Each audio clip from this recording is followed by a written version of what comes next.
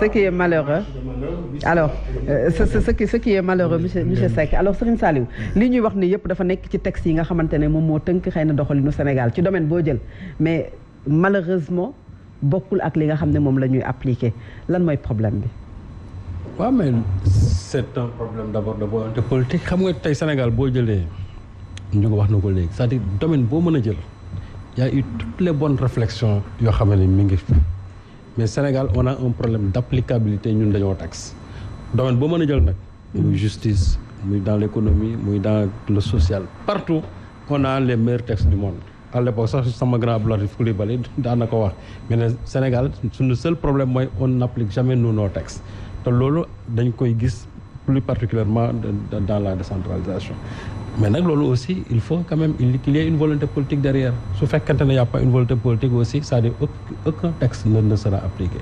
affaire foncier bi nga wax léegi le président Macky Sall je crois c'était en septembre 2017 ou 2018 am na benn conseil des ministres boo xam ne il en avait parlé d'ailleurs moom bi mu ñëwee sax il avait mis en place benn commission pour la réforme foncière dirigée par feu le professeur Souran yàlla na ko yàlla yërëm moom defoon na ci liggéey bu mucc ayib déposé mais finalement ñu jël teg ci suuf encore rentrée des cours des tribunaux ça revient encore chaque fois moom dans son discours et d'ailleurs moom sax daf ko wax mu ne Sénégal le foncier est devenu maintenant une bombe moom il en est tellement conscient que chaque fois il en parle mais lan la def pour que loolu que ça puisse cesser ba léegi gisuñu ko c'est-à-dire que aujourd'hui nit ñi les gens font tout ce qu'ils veulent avec le foncier li ci bëri tey moo tax bu ñu affaire redevabilité boobu nga doon wax léegi tey maire yu bëri suñu leen saytu woon qui sont enrichis avec le foncier dafa bëri boo demoon tey fi nekk nii à Thiès y a un scandale foncier boo xam mara day taal bu fa am boo xamante ne nii les gens en parlent et pourtant jusqu'à aujourd'hui c'est comme non du ma bàyyi Thiès parce que Thiès m'intéresse au premier chef waaw parce que Thiès m'intéresse au premier chef donc waaw donc c'est un exemple parmi tant d'autres donc pour dire que tout simplement rek d'accord je donne exemple ailleurs waaw non c'est pas un problème de campagne voilà donc gis nga foncier bi tey nit ñi dañ ko def quand même source d'enrichissement malheureusement enrichissement illicite et il va falloir que li nga xamante ne moom la ñu wax barki démb au niveau de en tout cas lors de la rentrée des cours des tribunaux tamit ñu mën ko jëfee parce que souci aussi je crois que sénégalais yi ñoo ko moom lii nga xam ne actuellement moo am nii ci la zone aéroportuaire là mais c'est un véritable scandale parce que bu ñuy waxee ne aéroport dañ ko déplacé yow ko AIBD am na un projet bien défini boo xam moom la ñu waxoon foofu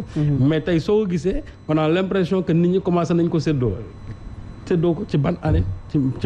doo xam nu mu demee finalement ñi nga xamante tey peut-être ñoo nekk ci bopp état bi wala ñi nga xam ne ñoo am yenn ndombo tànk yi c'est eux qui vont en bénéficier alors que en réalité dafa nekk loo xam ne lu ñëpp bokk la li ñëpp bokk nag je crois que day fa war a am une utilisation publique ba nga xam ne ku ñëw war fa mën a gis sa bopp mais projet bi nga xam ne moom la ñu laloon fii ci au niveau de la zone aéroportuaire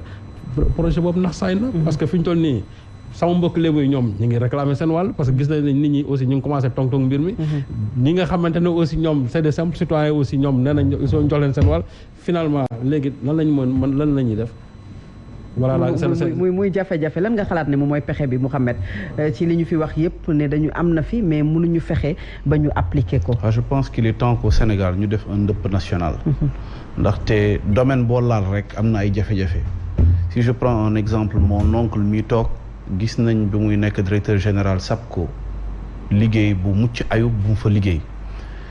je ne suis pas du pouvoir mais je tiens à féliciter l'actuel directeur général de la SAPCO ndaxte bi mu ñëwee li mu njëkk jublu mooy demander ñu def benn audit ndaxte dafa ñëwoon fekk structure bi la direction générale am 76 agents léegi ñu fekk fa 598 agents soo ko xoolee aussi ba léegi au niveau du ministère de la fonction publique gis nañ ni que le taux de recrutement dafa nekk lu élevé ba gis nañ le président de la République mu interpellé woon le ministre en conseil des ministres pour vous dire rek ni que quel que soit aussi nit ki sa appartenance da ci am solo ñuy xool lu ñu amal solo ak lu ñu yitteel suñu réew tey képp koo xamante ni nekk nga un fonctionnaire ngay xëy di liggéey ak secteur boo mënti nekk muy la pêche la santé gi yëpp ñaan nga yàlla balaa ngay dem à la retraite nga mën a bénéficier wu am au moins lu ñuy wax sa kër boo xamante ni di nga ko mën a moomal sa bopp ndaxte su retraite jotee gis nañ ni que le SMIC au Sénégal wute na ak le SMIC bu nekk à l'étranger. fii c'est 55 000 francs. kooku yaakaar naa ni soo ci wutee saakub ceeb teg ci diwlin suukar keek meew bi sax dalay jafe. donc lu mel noonu yëpp da di baax ëllëg ak si biir état du Sénégal ñu élargir la réflexion ñu bañ ko rek limiter. ci mbirum foncier bi ñu boole ko ci yeneen secteurs yëpp ngir ëllëg ak si biir aussi ñun la nouvelle génération et la génération même future ñëpp mën ci gis seen bopp. c'est clair lan la ñu war a def pour peut-être am une décentralisation boo xamante ne du ñu toogati sax di wax rëq-rëq yi puisque yegg nañ ci acte 3 de la décentralisation ak li nga xam ne moom la jox maire yëpp mais ci biir dafa mel ne coquille vide la qu'est-ce qu'il faut. ñeenti mbir bi jiitu si wàllu koom ndax fa la nax saaye effectivement quand le président Wade nommé le défunt maire de Dakar Mamadou Diop ministre de la provincialisation moi j'écoutais avec beaucoup d'attention mu ne ko je veux des provinces riches et fortes c'était la commande pour conceptualiser la réforme de la province. Moi j'étais jusqu'à Versailles ma ne ko président yow da nga ñëw 2001 nga ne provincialisation gars yu yooxu nga denc ko 2010 nga génnewaat projet bi dénk ko ministre Mamadou Diop mu bind jox la mais xamuñu contenu bi 2 heures de temps après suñu discussion mu ne ma bu Karim ñëwee dina appliquer sama vision mais li ma si jàppoon man mooy collectivité locale riche et forte loolu nag nekkul si lenn lu dul transfert yi ñu yokk ko fiscalité bi boo demee Nigéria 50-50 la vous parlez de 35% ou 25 50-50 toutes les recettes fiscales de l'État nigérien bu ñu ko dajalee genn wàll gi collectivité genn wàll gi kii état bi boo demee Cameroun y a le FECOM vous connaissez le FECOM c'est le FECOM qui gère à la place de l'État tout ce qui a trait à la fiscalité au financement des collectivités territoriales une structure autonome indépendante foofu lañ toll donc benn yoon bi mooy côté finance ñu yokk koomu collectivité la ñaareel bi mooy ñiy liggéey mooy le cadre humain maire yi ñu redéfinir xamoo ñu ngi fal maire yi jox nañ maire yi tey citoyen yi nañ xam kan mooy seen maire mais ñiy ànd ak moom di liggéey ñan la ban rapport la maire am ak adjoint bi aucun adjoint au maire amul benn pouvoir bu toll ni tarfatal ay ni benn pouvoir laa la wax xaar de important benn adjoint au maire amul benn pouvoir bu toll ni tarfatal ay ni seeni pouvoir c'est un pouvoir collégial maanaam c'est un pouvoir. loolu du campagne ñu bàyyi la nga yeggale. ñu bàyyi monsieur Niang mu yeggale waaw. li stabiliser le débat. voilà bëggoon ñëw. voilà bëggoon ñëw parce que ñoom. non le personnel a changé parce que y a des choses qui se passaient avant les nouveaux élus duñ ko nangu parce que ci njàng mi ak formation. oui ak partage dans les réseaux sociaux. mais ñaa nga réglé wu ko te texte boo koy réglé. les maires risquent de dire que ñoom ils sont élus au suffrage universel. Fatou ma yeggali. waaw Aïcha donc adjoint au maire yi. amuñu